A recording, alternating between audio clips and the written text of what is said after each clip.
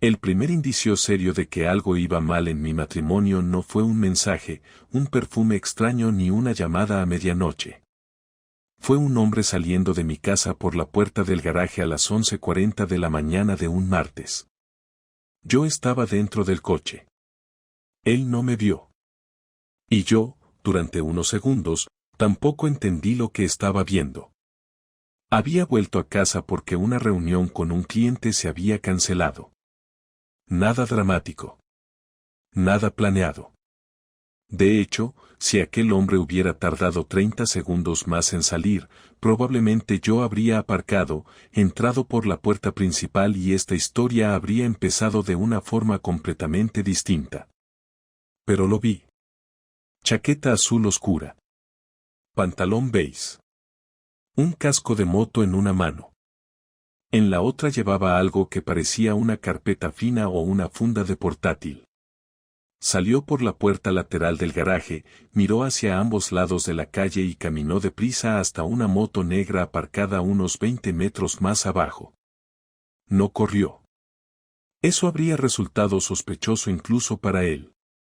Pero caminaba como alguien que quería marcharse rápido sin parecer que quería marcharse rápido. Yo tenía una mano sobre el volante. La otra seguía apoyada en la palanca de cambios. No hice nada. Solo observé. El hombre se puso el casco. Arrancó. Y desapareció al final de la calle. Entonces miré hacia mi casa. Las persianas del salón estaban medio bajadas. El coche de mi mujer estaba en la entrada. Marta debía estar trabajando. Eso era lo primero que no cuadraba. Ella trabajaba en una gestoría de 9 a 6, de lunes a viernes. Aquella mañana había salido de casa a las 8 menos cuarto vestida para trabajar. Yo mismo la había visto marcharse.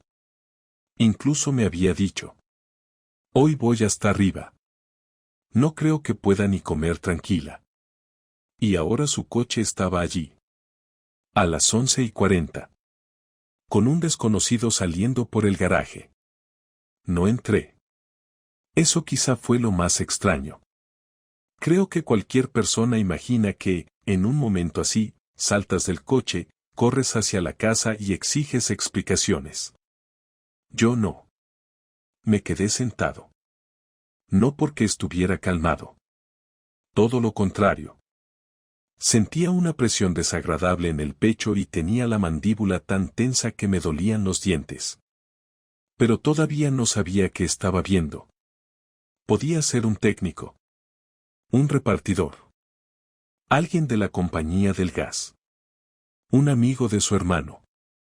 Podía haber 100 explicaciones. El problema era la puerta del garaje. Los desconocidos no utilizaban esa puerta. Ni los repartidores. Ni los técnicos. Ni siquiera nuestros amigos. Esa entrada quedaba en el lateral de la casa y casi no se veía desde la calle. Para abrirla desde dentro había que atravesar la cocina y bajar 3 escalones. Alguien tenía que acompañarte hasta allí o saber perfectamente dónde estaba. Apagué el motor. Esperé.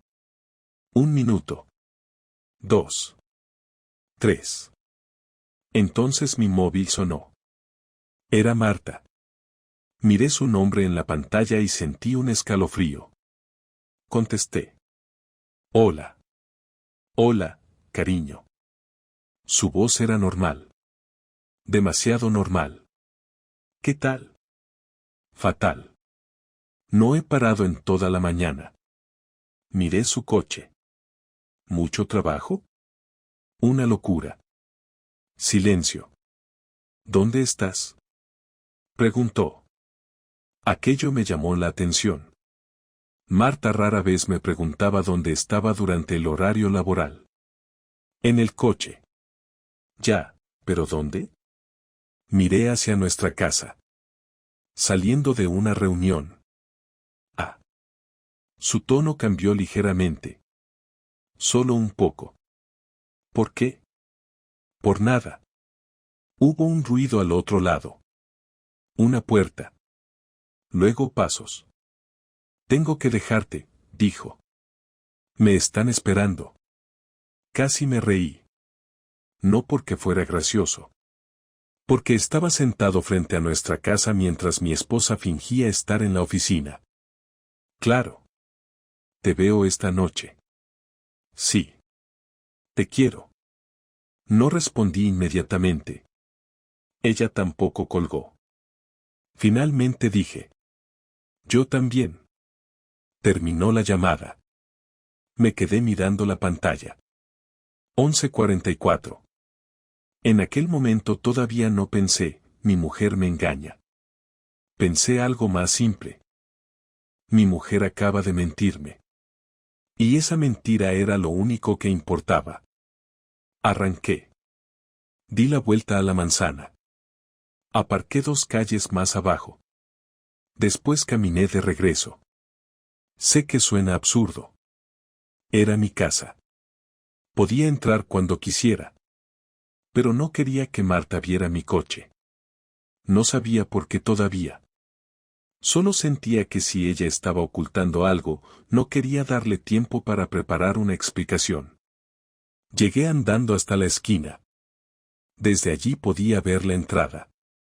Esperé. A las 11:51, la puerta principal se abrió. Marta salió. Llevaba la misma ropa con la que se había marchado esa mañana. Pantalón negro. Blusa clara. Abrigo gris. Pero había algo distinto. El pelo.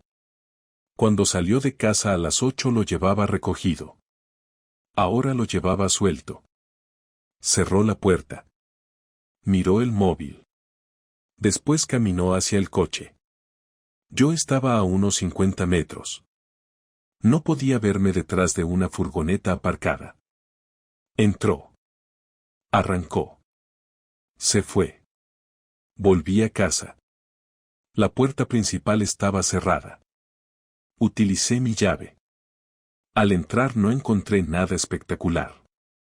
Y creo que eso hizo todo mucho peor. No había ropa tirada. No había copas de vino. No había una escena absurda esperando a ser descubierta. Todo parecía normal. Demasiado ordenado. Caminé hasta la cocina. Encima de la encimera había 2 tazas. Una era nuestra. La otra también. Una taza blanca que normalmente estaba guardada en el armario superior. Toqué ambas. Todavía estaban templadas. Miré el fregadero. 2 cucharillas. Abrí la papelera. Dentro había una pequeña bolsa de una panadería del barrio. 2 envoltorios de bollería. Nada más. Me quedé quieto. Un hombre había estado en mi casa. Mi mujer había mentido sobre estar trabajando. Habían tomado café. Eso era todo lo que sabía. Y, aunque parezca poco, para mí ya era suficiente para que el resto de la mañana desapareciera. No pude volver al trabajo. Me senté en la cocina. Miré las 2 tazas durante casi 20 minutos. Mi nombre es Álvaro. Tenía 40 años. Marta, 38. Llevábamos 11 años casados. Pero no voy a contaros cómo nos conocimos, cómo fue nuestra primera cita ni qué canción sonó en nuestra boda. En aquel momento nada de eso me importaba. Lo único que me importaba era una pregunta. ¿Quién demonios había salido de mi casa? Cogí una de las tazas. La puse en el lavavajillas. Luego me arrepentí. La saqué. Sí. Así de ridículo estaba. Una parte de mí pensaba que aquello podía ser una prueba. ¿Prueba de qué? Ni idea. No soy policía. No iba a mandar una taza a un laboratorio. Pero cuando sospechas que alguien te está mintiendo, cualquier objeto empieza a parecer importante. Al final dejé todo exactamente como estaba. Salí de casa. Volví al coche. Y regresé al trabajo. Marta me llamó sobre las 2. ¿Comemos juntos hoy? Casi se me cae el móvil. ¿No estabas hasta arriba? Al final se ha calmado. Ah. Puedo escaparme media hora. Yo sabía que 3 horas antes había estado en casa con otro hombre. Ella sabía que yo no debía saberlo. Y los dos estábamos hablando de comer una ensalada como si nada. No puedo, dije. ¿Seguro? Sí. Vale. Esta noche entonces. Esta noche. Colgué. A las 6:20 llegué a casa. Marta estaba preparando la cena. Sonrió cuando entré. Hola. Me dio un beso. Yo se lo devolví. Me sorprendió lo fácil que resultó. Eso fue lo que más miedo me dio de mí mismo aquella noche. Podía actuar. Podía sonreír. Podía sentarme a cenar frente a una persona que quizá me estaba engañando y preguntarle si quería más agua. Marta habló de su día. Eso fue casi ofensivo. Ha venido un cliente sin cita y nos ha tenido 1 hora entera perdiendo el tiempo. Asentí. Qué pesado. Muchísimo. ¿Has salido de la oficina en algún momento? La pregunta salió sola. Ella estaba cortando un trozo de pan. No levantó la cabeza. No. Mentira. Una mentira limpia. Directa. Sin dudar. Sentí calor en la cara. ¿Nada? Creo que he bajado a comprar café sobre las 11. Por nada. Me miró. Estás raro. Estoy cansado. Últimamente siempre estás cansado. Sonreí. Será la edad. Ella siguió comiendo. Yo también. A las 10 se fue a ducharse. Me quedé solo en el salón. Pensé en preguntarle directamente. ¿Quién era el hombre de la moto? Podría haber acabado todo aquella misma noche. Pero había un problema. Si la confrontaba, podía darme cualquier explicación. Un compañero. Un cliente. Un amigo.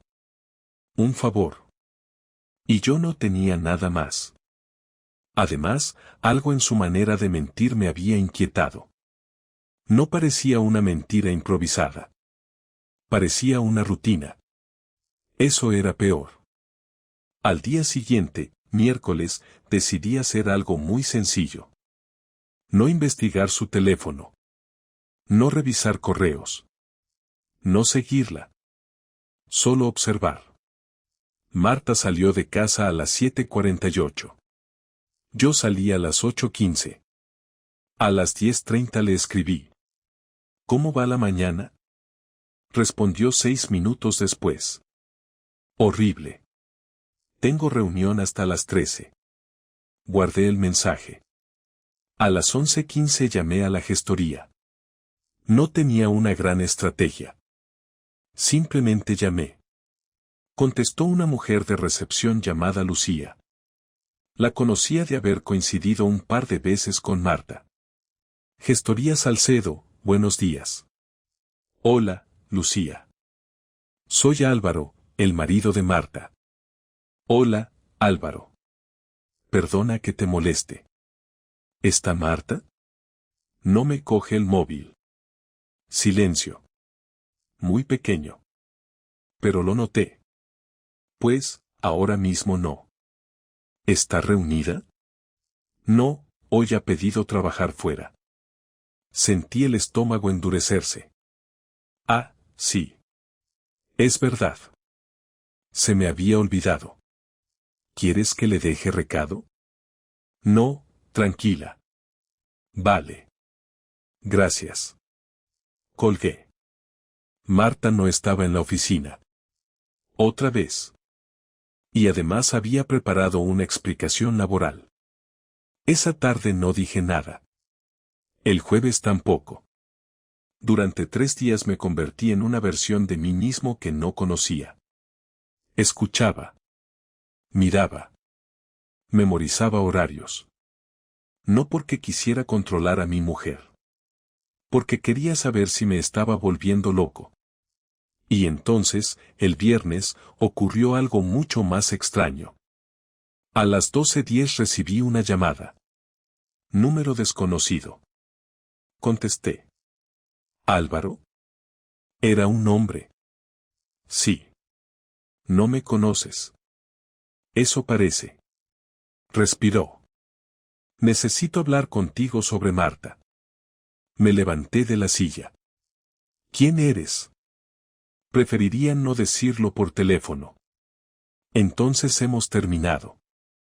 Espera. Silencio. El martes viste salir a un hombre de tu casa. No dije nada. Sentí que se me secaba la boca. ¿Quién eres? Repetí. No soy el hombre de la moto. ¿Cómo sabes lo que vi? Porque sé quién es. Me apoyé en el escritorio. Dime su nombre. No por teléfono. Pues vete a la mierda. Álvaro, si quieres saber qué está haciendo tu mujer, mañana a las 18:30 ve a la cafetería del Hotel Castilla, cerca de Chamartín. ¿Qué está haciendo? El hombre tardó demasiado en contestar. Todavía no lo que tú piensas. Aquella frase me descolocó más que cualquier otra cosa. ¿Qué significa eso?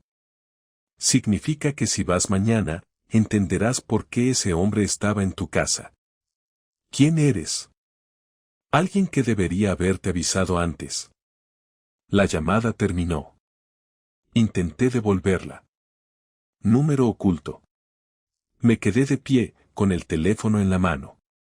No sabía si era una broma. No sabía si alguien intentaba meterme en un problema. No sabía si el hombre de la moto era un amante, un compañero, un chantajista o simplemente una persona relacionada con algo que yo no entendía. Pero sabía una cosa. Alguien más conocía la mentira de Marta. Y ese alguien sabía que yo había estado frente a nuestra casa el martes. Esa noche cené con ella. Marta habló de comprar unas cortinas nuevas. Yo asentía mientras pensaba en la llamada. ¿Te gusta el gris o mejor algo más claro? Preguntó. Más claro. Eso pienso yo. Me miró. Mañana por la tarde he quedado con mi hermana. Ahí estaba. Otra pieza. ¿Con Elena? Sí. ¿Dónde? Marta dejó el tenedor. No sé todavía. Probablemente por el centro. La cafetería del Hotel Castilla estaba por Chamartín. Apreté la mano debajo de la mesa. Que lo paséis bien. Ella sonrió. Gracias. El sábado llegó demasiado rápido. A las 5:20 Marta empezó a arreglarse. No demasiado. Lo suficiente. Vaqueros oscuros. Blusa azul. Abrigo. A las 17:55 apareció en el salón. Me voy. Vale. No llegaré tarde. No te preocupes. Se acercó y me besó. La miré salir. Esperé 12 minutos. Cogí las llaves.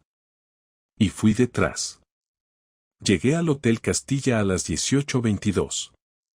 No entré por la puerta principal inmediatamente. Caminé alrededor del edificio una vez. Me sentía absurdo. Después entré. La cafetería estaba al fondo del vestíbulo. Había unas 20 personas. Marta no estaba. Me senté en una mesa desde la que podía ver la entrada. A las 18:31 pensé que alguien me había tomado el pelo. A las 18:34 pensé en marcharme. A las 18:37, Marta entró. Sola. No llevaba bolso. Eso me llamó la atención. Miró alrededor. Después caminó hacia una mesa del fondo. Y allí estaba el hombre de la moto. Lo reconocí inmediatamente. La misma chaqueta. La misma postura. Marta se sentó frente a él. Yo estaba demasiado lejos para escuchar. pero podía ver sus caras. No parecían dos amantes felices. Eso fue lo primero que me sorprendió. Marta estaba enfadada. Él parecía nervioso. Ella habló durante varios minutos. El hombre negó con la cabeza. Marta se inclinó hacia adelante. Le señaló con un dedo. Él dijo algo. Entonces ella se quedó inmóvil. Después se tapó la cara con ambas manos. Yo no entendía nada. Aquello no se parecía a una cita. No se tocaban. No sonreían. No había ninguna cercanía. Y por un momento sentí alivio. Un alivio enorme. Quizá todo tenía otra explicación. Quizá había juzgado mal la situación. Entonces el hombre sacó un sobre de su chaqueta. Lo dejó sobre la mesa. Marta no quiso cogerlo. Él lo empujó hacia ella. Ella volvió a negarse. Discutieron. Finalmente Marta abrió el sobre. Miró lo que había dentro. Y se quedó completamente pálida. Después levantó la cabeza. Miró al hombre. Y dijo algo que no pude escuchar. Pero él sí. Porque inmediatamente miró alrededor de la cafetería. Yo bajé la cabeza. Esperé unos segundos. Cuando volví a mirar, Marta estaba llorando. El hombre se levantó. Ella le agarró del brazo. Él se soltó. Y entonces ocurrió algo que cambió completamente mi interpretación de aquella semana. El hombre señaló hacia Marta. Luego hacia el sobre. Y dijo en voz suficientemente alta para que dos mesas cercanas se giraran. Yo ya hice mi parte. Ahora díselo tú a tu marido.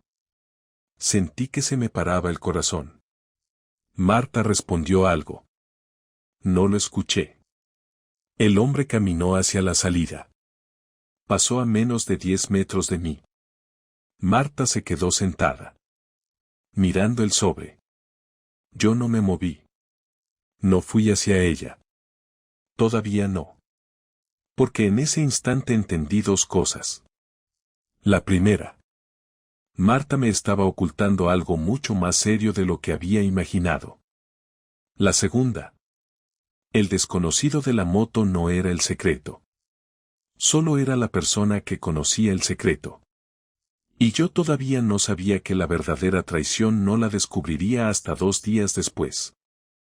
Esperé a que Marta saliera del hotel antes de moverme porque no quería que me viera allí y porque necesitaba entender qué demonios acababa de presenciar. Ella guardó el sobre en el interior del abrigo, se limpió la cara con una servilleta y permaneció sentada unos 5 minutos mirando la mesa, como si estuviera decidiendo qué hacer a continuación. Cuando por fin se levantó, caminó hacia la salida sin mirar a nadie. Yo esperé otros 2 minutos, pagué el café que casi no había tocado y salí por una puerta lateral. La vi cruzar la calle y entrar en un taxi. No la seguí. Aquella noche había mentido diciendo que estaría con su hermana, pero el encuentro con el hombre de la moto no parecía una cita y eso me impedía sacar conclusiones. Volví a casa antes que ella y me comporté como si llevara toda la tarde allí. Marta apareció a las 20:11. Dijo que Elena estaba cansada y que habían terminado pronto. Le pregunté si lo había pasado bien y respondió que sí mientras evitaba mirarme durante demasiado tiempo. Cenamos juntos. Ella habló de una compañera del trabajo, de una discusión con su madre y de una avería que llevaba semanas dando problemas en la oficina. Yo asentí y participé lo suficiente para no levantar sospechas, pero solo podía pensar en una frase: ahora díselo tú a tu marido. Quise preguntárselo varias veces. No lo hice porque, después de verla mentirme con tanta facilidad durante toda la semana, ya no confiaba en ninguna respuesta que pudiera darme sin pruebas delante. El domingo por la mañana Marta salió a comprar pan. Aproveché para entrar en el garaje. No buscaba en su teléfono ni quería abrir cajones privados, buscaba algo relacionado con el hombre que había utilizado aquella puerta. Revisé la zona de la caldera, las herramientas y una pequeña mesa donde normalmente dejábamos llaves, facturas y recibos. No encontré nada hasta que vi una tarjeta debajo de una caja de tornillos. Era de una empresa de mantenimiento llamada Reformas Ledesma, y detrás había un nombre escrito a mano, Iván. Debajo aparecía un número. Recordé la ropa del hombre, la carpeta y el hecho de que hubiera salido por el garaje. Durante unos segundos pensé que aquello podía explicarlo todo. Tal vez Marta había contratado alguna reparación sin decírmelo. Llamé al número desde mi móvil antes de tener tiempo de arrepentirme. Contestó un hombre después de 4 tonos. Sí. Reconocí la voz del hotel. ¿Iván? Hubo una pausa. ¿Quién es? Álvaro. El silencio cambió completamente la conversación. No deberías llamarme. Tú estabas ayer con mi mujer. Habla con Marta. El martes saliste de mi casa. Habla con ella. Me parece que llevo demasiados días hablando con ella y escuchando mentiras. Iván respiró con fuerza. Yo no me he acostado con tu mujer, por si eso es lo que estás pensando. No había preguntado eso. Entonces dime qué hacías en mi casa. No puedo. Ayer le dijiste que me contara algo. Y debería hacerlo. ¿Qué? Álvaro, no me metas más en esto. Ya estás metido. Colgó. Intenté llamar otra vez, pero no respondió. Marta regresó 20 minutos después y yo seguí actuando con normalidad, aunque aquella conversación me había dejado peor que antes. Iván había negado acostarse con ella sin que yo lo acusara, lo que significaba que sabía perfectamente por qué su presencia podía parecer sospechosa. También había insistido en que Marta debía contarme algo. El domingo se hizo interminable porque ella estaba especialmente atenta conmigo. Preparó la comida que me gustaba, propuso ver una película y hasta preguntó si quería que fuéramos a cenar fuera. No sabía si era culpa, miedo o simple coincidencia, pero me resultaba imposible disfrutar de nada. Esa noche dormí mal y el lunes por la mañana tomé una decisión sencilla: no iba a seguir buscando alrededor del secreto, iba a descubrir qué relación existía entre Iván y Marta. La oportunidad llegó por accidente a las 13:26. Estaba trabajando cuando me llamó Elena, la hermana de Marta. Respondí esperando alguna conversación familiar, pero su primera pregunta fue extraña. ¿Estás con Marta? No. Porque me ha llamado hace un rato y estaba fatal. ¿Qué le pasa? No me lo ha dicho. El sábado estuvisteis juntas, ¿verdad? Elena tardó demasiado. No. No contesté. Álvaro, ¿qué pasa? Nada. Ella me dijo que había quedado contigo. Pues no estaba conmigo. Ya. Elena bajó la voz. ¿Habéis discutido? Todavía no. Eso no suena bien. Si Marta te llama otra vez, no le digas que hemos hablado. Álvaro. Por favor. Aceptó, aunque claramente quería saber más. A las 17:40 terminé de trabajar y conduje hasta la oficina de Marta. No fui a enfrentarla. Me quedé en una cafetería enfrente porque quería comprobar una última cosa. A las 18:07 salió con una compañera. Se despidieron en la acera. Marta caminó 2 calles, pero no fue hacia su coche. Entró en un aparcamiento público. 5 minutos después salió conduciendo un vehículo que yo no conocía, un Seat gris. La seguí manteniendo distancia. Durante 20 minutos pensé que quizá todo aquello estaba llegando demasiado lejos, pero entonces salió de Madrid por la 6 y tomó una desviación hacia Majadahonda. Terminó entrando en el aparcamiento de un bloque de apartamentos modernos. Yo aparqué fuera, desde donde podía ver la entrada principal. Marta bajó del Seat y esperó junto al portal. A las 18:46 apareció otro hombre. No era Iván. Tendría unos 40 años, llevaba traje sin corbata y se acercó a ella con una familiaridad que me hizo enderezarme en el asiento. Marta sonrió de una manera que no había visto conmigo en meses. Él le puso una mano en la cintura y ella no se apartó. Después entraron juntos en el edificio. No necesitaba imaginar nada todavía, pero ya sabía que aquello no era una reunión de trabajo. Esperé. 10 minutos. 20. 40. A las 19:38 Iván me llamó. ¿Dónde estás? ¿Por qué? Respóndeme. Miré el portal. Majadahonda. Iván soltó una palabrota. Entonces ya lo sabes. Sentí que me temblaba la mano. ¿Quién es? Se llama Daniel Ortega. Trabaja con Marta desde hace 2 años. ¿Desde cuándo? Álvaro. ¿Desde cuándo? Casi 4 meses. No recuerdo haber respirado durante los siguientes segundos. ¿Tú cómo lo sabes? Porque Daniel es mi cuñado. Ahí entendí por qué Iván había estado en mi casa, por qué quería que Marta confesara y por qué no parecía un amante en el hotel. ¿4 meses de qué? Iván respondió sin rodeos. De una relación. Mi hermana los descubrió hace 3 semanas. Miré la puerta del edificio.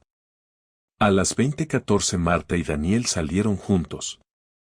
Ella estaba arreglándose el cuello de la blusa mientras él decía algo que la hizo reír. Antes de separarse, Marta se acercó y lo besó. No fue un saludo ni una despedida ambigua. Se besaron como 2 personas que ya habían hecho aquello muchas veces. No salí del coche. No grité. No fui hacia ellos. Me limité a mirar hasta que Marta entró de nuevo en el Seat gris y se marchó. Entonces llamé a Iván. Ya la he visto. Lo siento. No quiero que lo sientas. Miré la hora. Eran las 20:17 del lunes. Quiero saber absolutamente todo. Iván y yo quedamos 40 minutos después en un bar pequeño cerca de Moncloa, uno de esos sitios donde a esa hora había suficiente gente para pasar desapercibido pero no tanta como para no poder hablar. Llegó antes que yo y ya tenía 2 cafés sobre la mesa. No perdimos tiempo con presentaciones porque los dos sabíamos por qué estábamos allí. Me explicó que Daniel estaba casado con su hermana, Raquel, desde hacía 8 años, y que ella había descubierto la relación 3 semanas antes cuando Daniel cometió el error de reservar un apartamento por horas con una tarjeta compartida. Raquel no había confrontado de inmediato porque quería saber si era algo aislado, pero terminó averiguando que Daniel y Marta llevaban meses viéndose, normalmente 2 tardes entre semana y alguna mañana cuando podían inventar reuniones. Iván había ido a mi casa el martes porque Marta le había pedido que mediara. Según él, ella estaba asustada porque Raquel había amenazado con contarme todo y Marta quería convencerla de que esperara. Iván aceptó reunirse con ella solo porque su hermana estaba destrozada y porque pensó que, si presionaba a Marta, quizás sería ella quien me lo confesara. El sobre del hotel contenía copias de reservas, recibos y fotografías que Raquel había conseguido reunir. Marta se negó a llevárselo al principio porque sabía exactamente lo que significaba tener aquello en casa. ¿Y por qué no me llamaste directamente?, pregunté. Porque Raquel quería hacerlo ella, pero todavía no estaba preparada. Yo pensé que Marta acabaría confesando. Pues siguió mintiendo. Sí. ¿Daniel sabe que tú sabes? Desde hace 2 semanas. ¿Y aún así has seguido viéndola? Iván asintió. Esta tarde también sabía que podía haber problemas. Le dio igual. Aquello fue lo que terminó de empujarme. No porque Daniel me debiera lealtad, no me debía absolutamente nada. Marta sí. Me levanté de la mesa y dejé dinero junto al café. ¿A dónde vas? A mi casa. Álvaro, espera a estar más tranquilo. Llevo una semana demasiado tranquilo. Llegué a casa a las 21:06. Marta todavía no había vuelto, así que tuve 20 minutos para decidir qué iba a hacer. No preparé un discurso. No puse pruebas sobre la mesa. No llamé a nadie. Solo cogí una silla de la cocina y la coloqué frente a la puerta del salón. Cuando escuché el coche a las 21:29, ya estaba sentado. Marta entró un minuto después con el bolso al hombro y una expresión cansada cuidadosamente colocada. Cerró la puerta, me vio y se quedó quieta. ¿Qué haces ahí? Esperándote. Podías haberme avisado. ¿Para qué Daniel te trajera un poco más lejos de casa? No hubo confusión en su cara. No preguntó quién era Daniel. No fingió no entender. Simplemente dejó el bolso en el suelo. Álvaro. No empieces con mi nombre. Siéntate. No me hables así. Entonces quédate de pie. Marta cruzó los brazos. ¿Me has seguido? Me levanté de la silla. He visto cómo entrabas con él en un apartamento y cómo salías 1 hora y media después besándolo en la puerta, así que procura que tu primera preocupación no sea cómo me enteré. No sabes lo que has visto. Solté una carcajada seca. Esa frase debería estar prohibida por ley. No es lo que piensas. 4 meses, Marta. Su cara cambió. ¿Quién te lo ha dicho? Eso tampoco importa. Sí importa. Raquel lo sabe. Marta cerró los ojos un instante. Joder. Eso es lo que tienes que decir, ¿verdad? No lo siento, no te he mentido, sino joder porque ya sabes hasta dónde ha llegado esto. Intentó pasar hacia la cocina y me aparté delante de ella. No la toqué, pero tampoco le dejé escapar de la conversación. Déjame pasar. Primero vas a hablar. No voy a hablar contigo si estás así. ¿Así cómo? Como un loco. Golpeé con la palma abierta la pared junto a mí, lo bastante fuerte para que el cuadro que había encima se torciera. Marta dio un paso atrás. Un loco habría ido a buscar a Daniel. Yo he venido a hablar con mi mujer. No tenías derecho a seguirme. Tú no tenías derecho a convertir nuestra casa en el lugar donde intentabas ocultar esto. Iván estuvo allí por otra cosa. Ya lo sé. Se quedó callada. También sé lo del hotel. También sé lo del sobre. También sé que mentiste diciendo que estabas con tu hermana. Marta respiró hondo y se sentó por fin en el sofá. No quería que te enteraras así. ¿Cómo querías que me enterara? No lo sé. 4 meses te han dado tiempo para pensarlo. Ella levantó la voz. No empezó así. Perfecto, ahora viene la parte donde me explicas cómo empezó. Daniel y yo empezamos hablando porque yo estaba pasando una época horrible. Vivías conmigo. Precisamente. Aquello me hizo avanzar un paso. Ten mucho cuidado con lo siguiente que vas a decir. No voy a cargar con toda la culpa. Te acostabas con otro hombre y volvías a casa fingiendo que estabas en reuniones. Porque contigo no podía hablar. ¿Y eso te obligó a acostarte con él?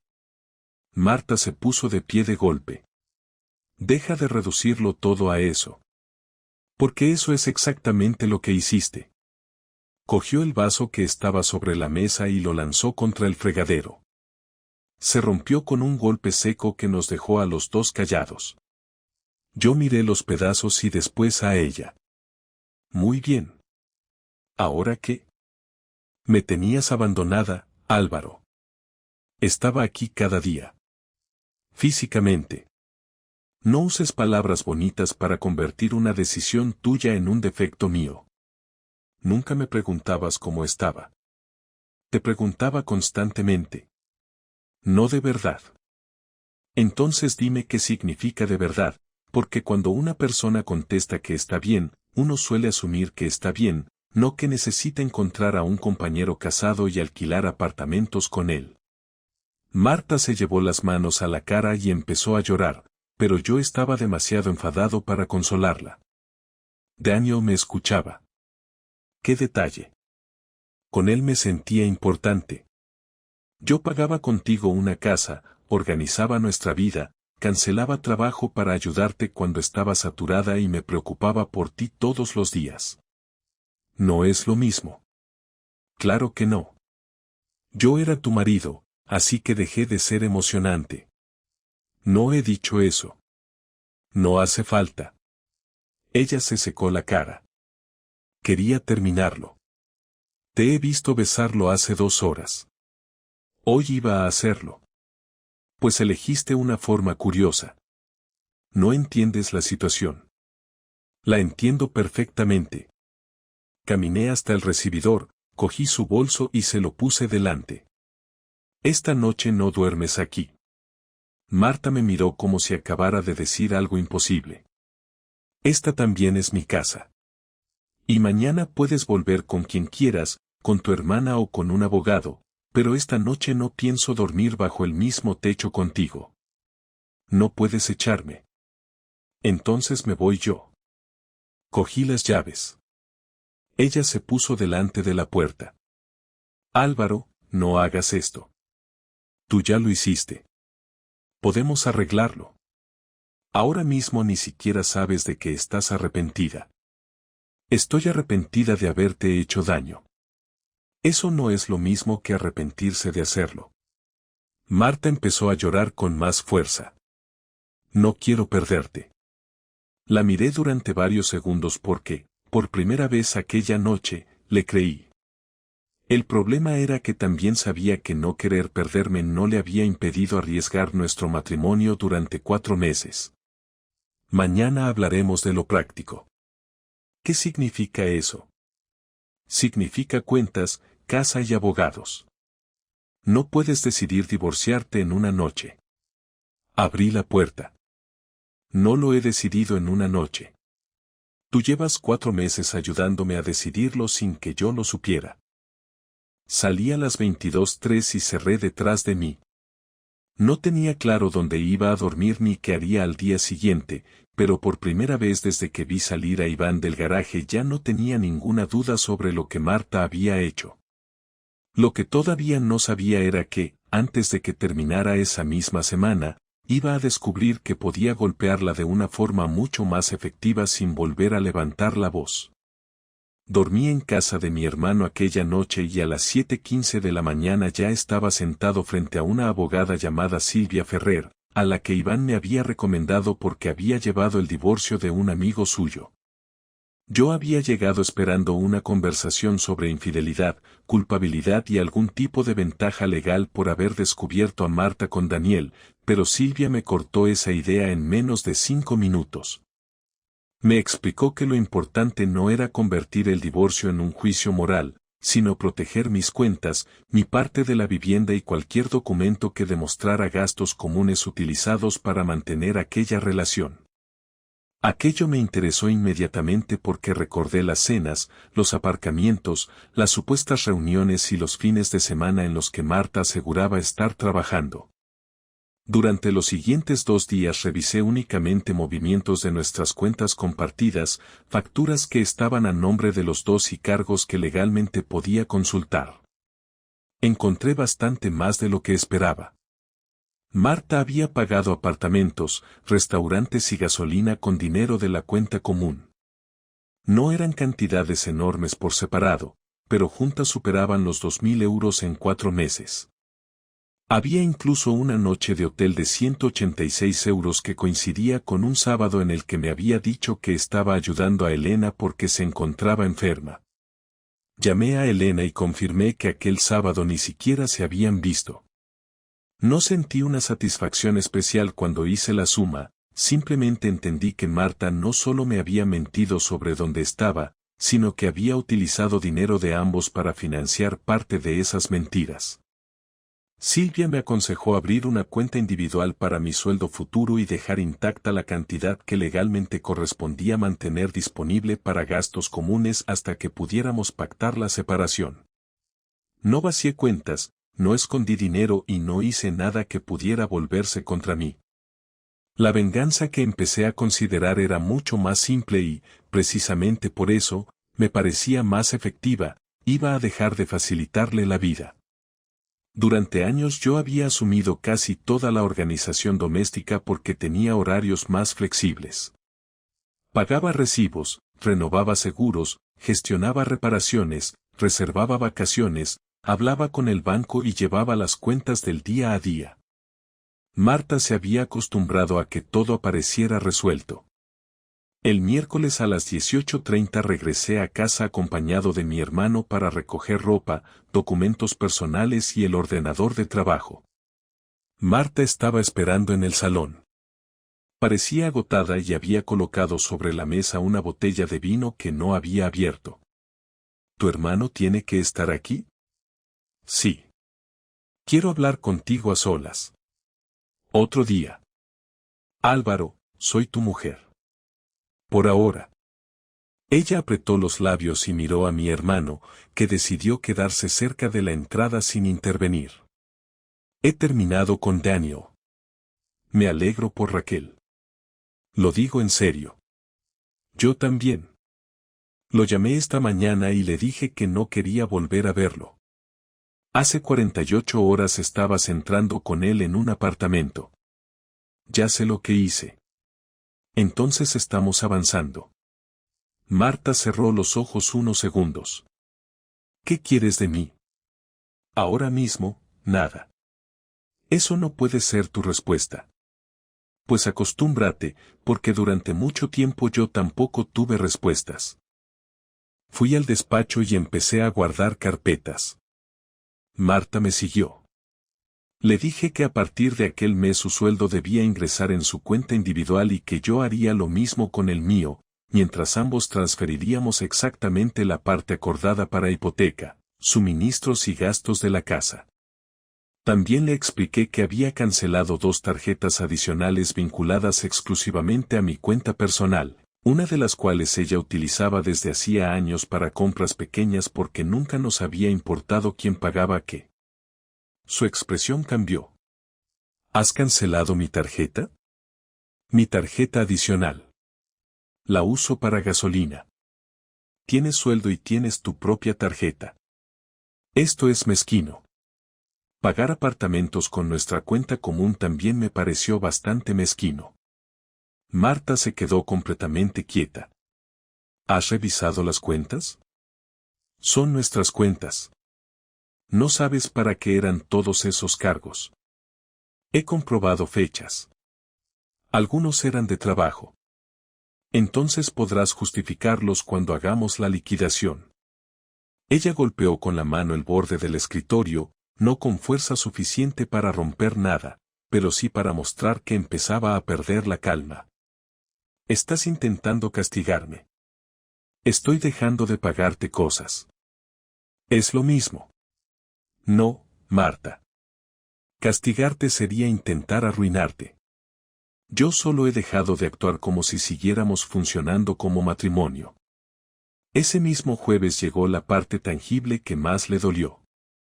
Marta utilizaba desde hacía 3 años un coche que estaba a mi nombre porque yo lo había comprado antes de que decidiéramos que ella se quedaría con él y yo utilizaría el otro. Silvia comprobó la documentación y me explicó cómo manejarlo sin hacer ninguna estupidez. No aparecí con una grúa ni le quité las llaves a escondidas. Le dije que quería recuperar mi vehículo y le ofrecí una semana para organizarse. Marta reaccionó como si acabara de descubrir que nuestras decisiones tenían consecuencias reales. Necesito ese coche para trabajar. Y yo necesito decidir qué hago con una propiedad que está a mi nombre. Tú tienes el otro.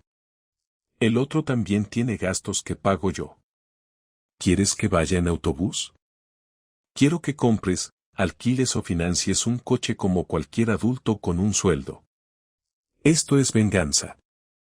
Sí, en parte lo es. Fue la primera vez que se lo reconocí. Al menos eres sincero. Más de lo que has sido tú conmigo. El viernes por la tarde hice algo que llevaba varios días pensando. Llamé a Raquel. No para insultar a Daniel, ni para organizar una humillación pública, sino para preguntarle qué pensaba hacer. Nos vimos en una cafetería a las 17. Era la primera vez que la conocía. Parecía igual de cansada que yo. Intercambiamos fechas y comprobamos información, pero evitamos detalles innecesarios.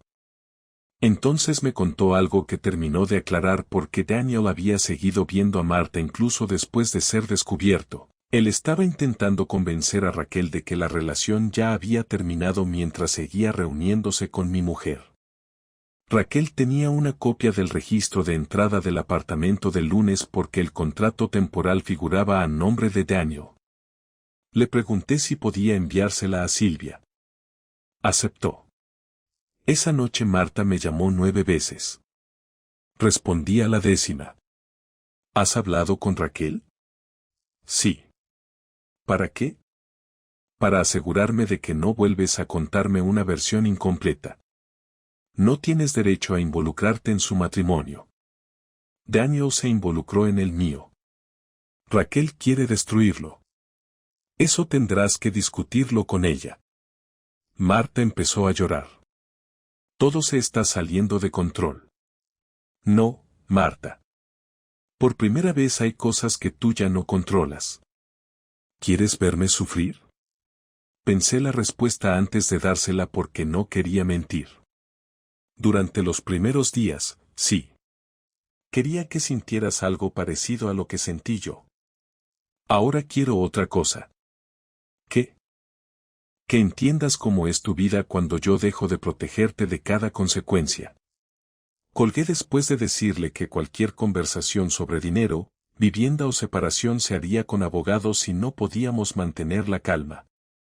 No publiqué nada, no escribí a su empresa, no llamé a sus padres y no intenté avergonzarla delante de nadie.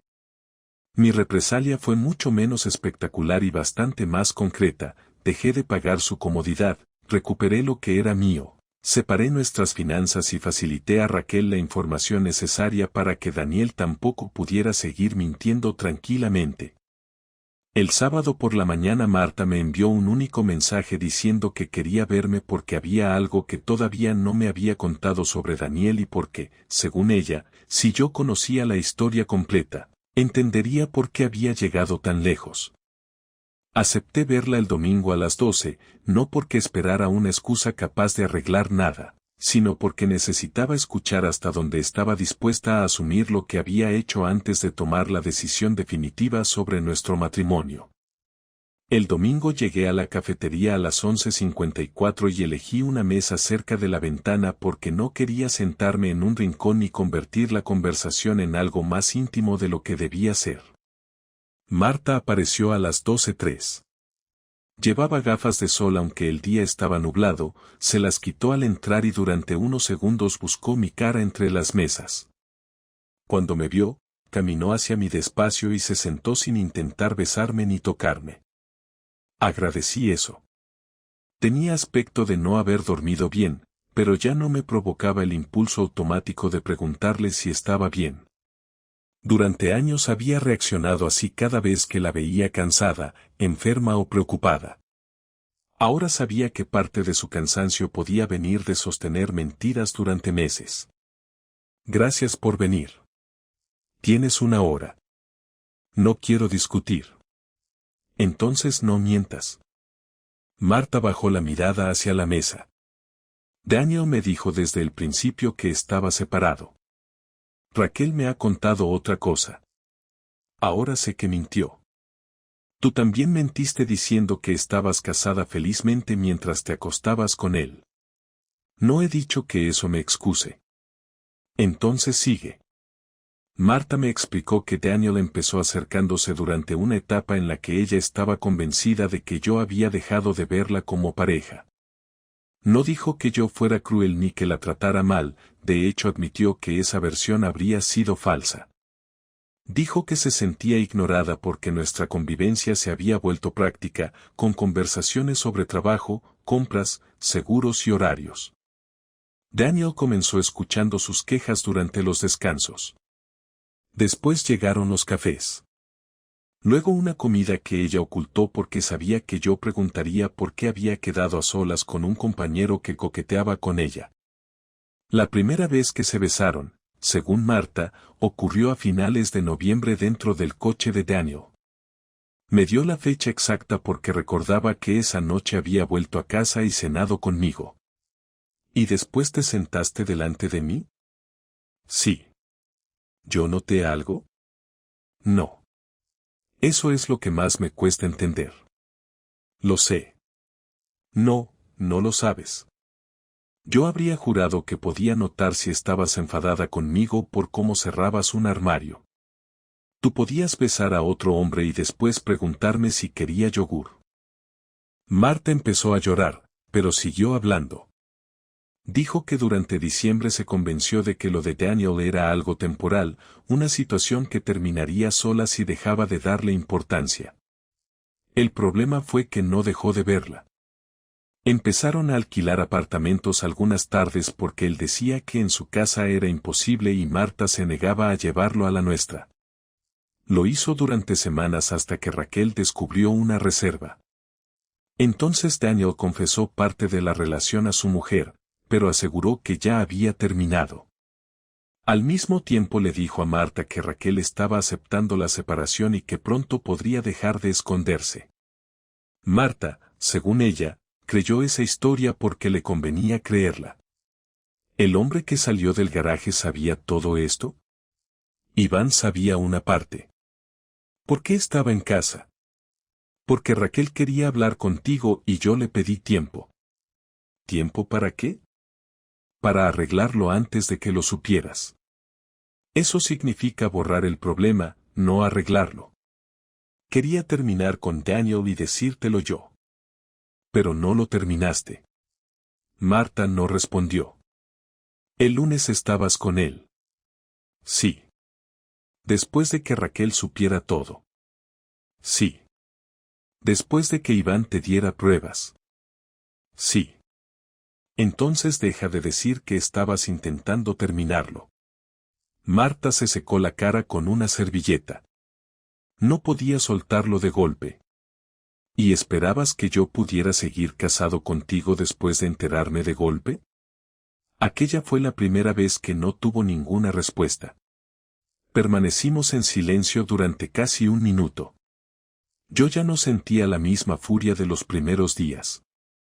Seguía enfadado, pero había otra cosa mucho más clara, tristeza. No por Daniel, porque a esas alturas Daniel me parecía secundario.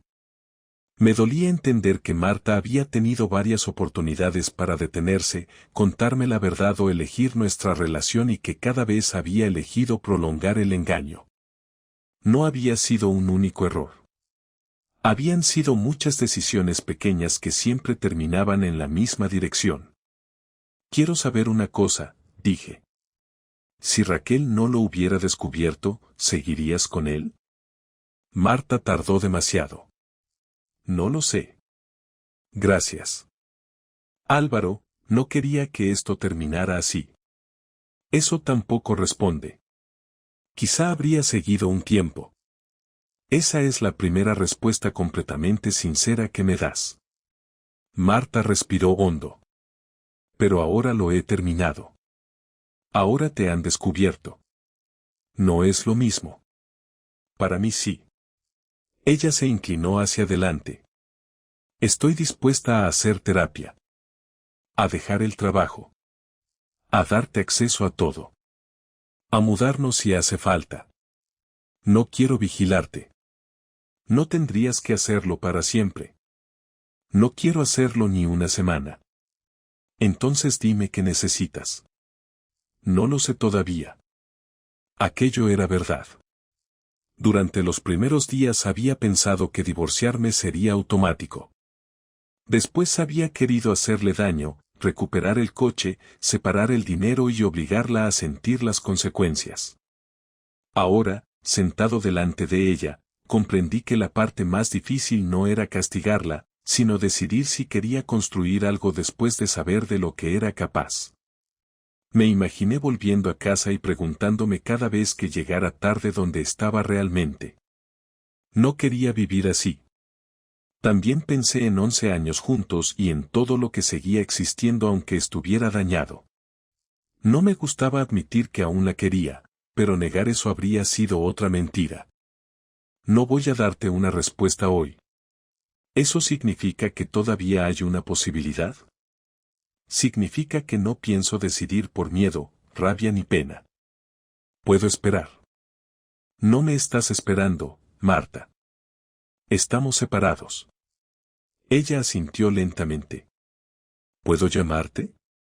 Solo si es importante. ¿Y vernos? Cuando yo te lo proponga. Esto suena como si ya estuvieras fuera. Estoy fuera porque me obligaste a mirar nuestra relación desde fuera.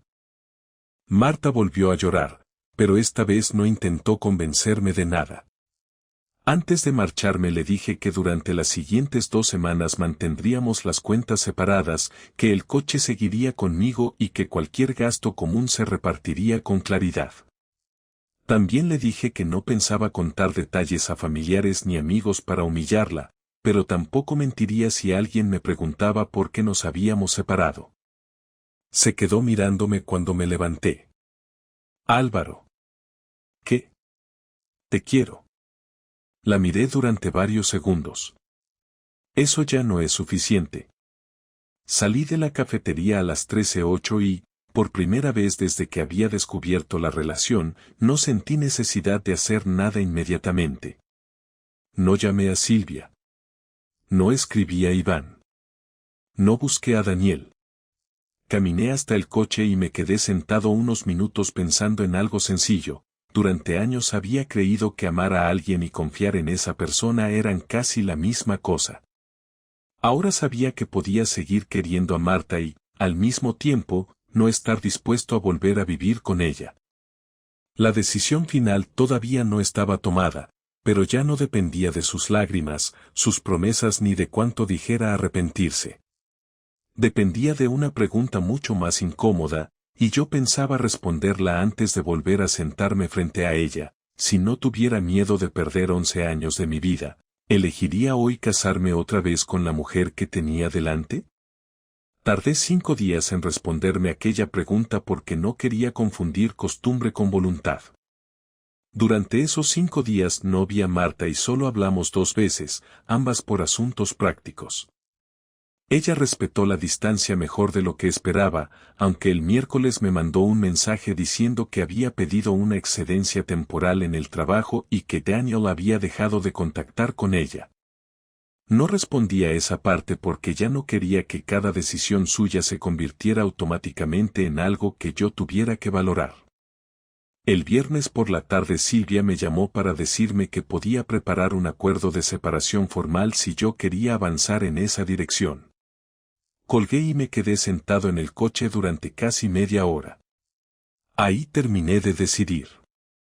No porque hubiera dejado de querer a Marta, ni porque de repente 11 años juntos hubieran perdido valor, sino porque imaginé volver a nuestra casa y supe que no quería convertirme en un marido que preguntara por cada retraso, que comparara horarios o que interpretara cada salida como una posible mentira. También entendí algo que no había querido aceptar durante los primeros días: perdonar una traición y continuar un matrimonio no eran la misma decisión. Podía llegar a perdonarla con el tiempo y, aún así, decidir que no quería volver a ser su marido. La llamé el sábado por la mañana y quedamos esa misma tarde a las 17:30 en casa. No quería que nuestra última conversación importante ocurriera en una cafetería rodeados de desconocidos. Cuando llegué, Marta había recogido el salón y colocado 2 vasos sobre la mesa, aunque ninguno de los dos tocó el agua. Se sentó frente a mí y esperó. Esta vez no empezó llorando, no pidió perdón inmediatamente y no intentó abrazarme, lo que hizo que la conversación fuera más sencilla de lo que había imaginado. ¿Has decidido algo? Sí. Dímelo directamente. Quiero separarme y empezar el divorcio. Marta bajó la mirada, pero no respondió enseguida. ¿No quieres intentar terapia primero? No para salvar el matrimonio. Podríamos ir sin prometernos nada. Podemos ir si nos ayuda a terminar esto sin destruirnos, pero no quiero presentarme allí fingiendo que estoy intentando volver. Entonces ya está. Sí. Marta se levantó y caminó hasta la ventana. Permaneció allí un rato, con los brazos cruzados, antes de darse la vuelta. Pensaba que me ibas a dar una oportunidad. Te di muchas sin saber que las estaba dando. Eso no es justo. Es exactamente lo que pasó. Cada vez que volviste a casa después de verlo y decidiste no decirme nada, tuviste otra oportunidad. Yo estaba confundida. Durante 4 meses. Sí. Yo también he estado confundido estas semanas y no me he acostado con nadie para aclararme. Ella apretó la mandíbula. No hace falta que sigas castigándome. No te estoy castigando ahora. Estoy explicándote por qué he tomado esta decisión. ¿Y todo lo que hemos tenido no cuenta? Claro que cuenta. No lo parece. Cuenta tanto que por eso estoy aquí hablando contigo y no enviándote simplemente los papeles por medio de Silvia. Marta volvió a sentarse. Me preguntó si yo creía que alguna vez podría haber vuelto a confiar en ella y le respondí que quizás sí, pero que no quería dedicar años a comprobarlo. Aquello pareció afectarle más que cualquier acusación anterior. Me dijo que había pensado mucho en lo que hizo y que ya no intentaba justificarlo con problemas entre nosotros. Admitió que le gustaba la atención de Daniel, que disfrutó haciendo algo que sabía que estaba mal y que cada nueva mentira hacía más difícil confesar la anterior. Por primera vez habló sin presentar su comportamiento como consecuencia de algo que me faltaba a mí. Fui egoísta. Sí. Y cobarde. También. No esperaba que fueras a estar de acuerdo tan rápido. Me has pedido sinceridad. Marta soltó una risa breve y triste. Supongo que me la he ganado. No se trata de ganársela. Se trata de que ya no quiero mentirte para hacerte sentir mejor. Después hablamos de la casa. Ninguno quería convertir aquello en una guerra. Marta podía quedarse temporalmente mientras decidíamos si uno compraba la parte del otro o si vendíamos. El coche volvería definitivamente a mí porque estaba a mi nombre y ella buscaría otro. Las cuentas comunes permanecerían únicamente para hipoteca, seguros y facturas hasta cerrar la separación. Silvia redactaría una propuesta y Marta tendría su propio abogado para revisarla. Cuando terminamos con lo práctico, llegó la parte más difícil, porque ya no quedaba dinero, propiedades ni Daniel detrás de los que esconderse.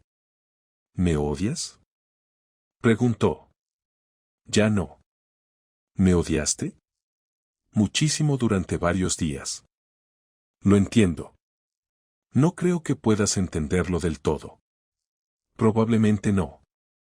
Pero tampoco quiero seguir viviendo enfadado contigo. Marta empezó a llorar en silencio. Eso suena peor. ¿Por qué? Porque significa que estás avanzando. Eso intento.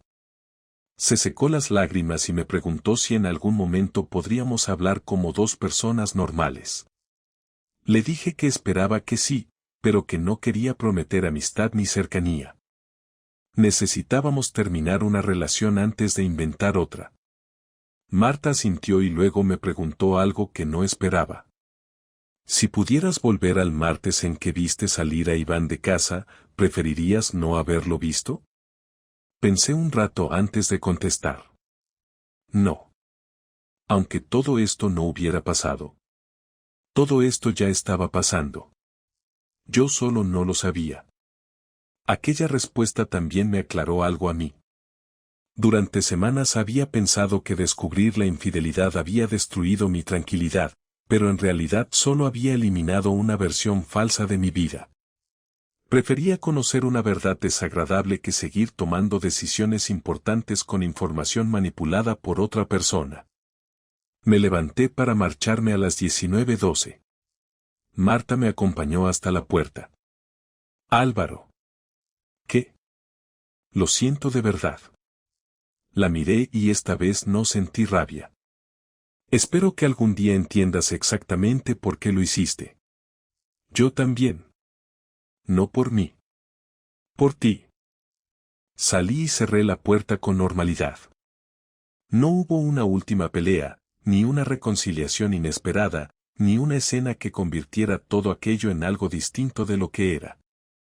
2 semanas después firmamos la separación provisional. Un mes después de aquel martes en el que vi salir a Iván por el garaje, Marta y yo ya vivíamos oficialmente separados y los abogados estaban preparando el divorcio. Daniel terminó también separado de Raquel. No pregunté qué fue de él y no volví a hablar con Iván después de agradecerle que finalmente me dijera la verdad. Lo más importante que aprendí no fue que nadie deba desconfiar de su pareja ni que todas las relaciones terminen mal cuando aparece una mentira. Aprendí algo bastante menos cómodo: una relación puede seguir teniendo cariño y, aún así, dejar de ser una relación en la que quieres vivir.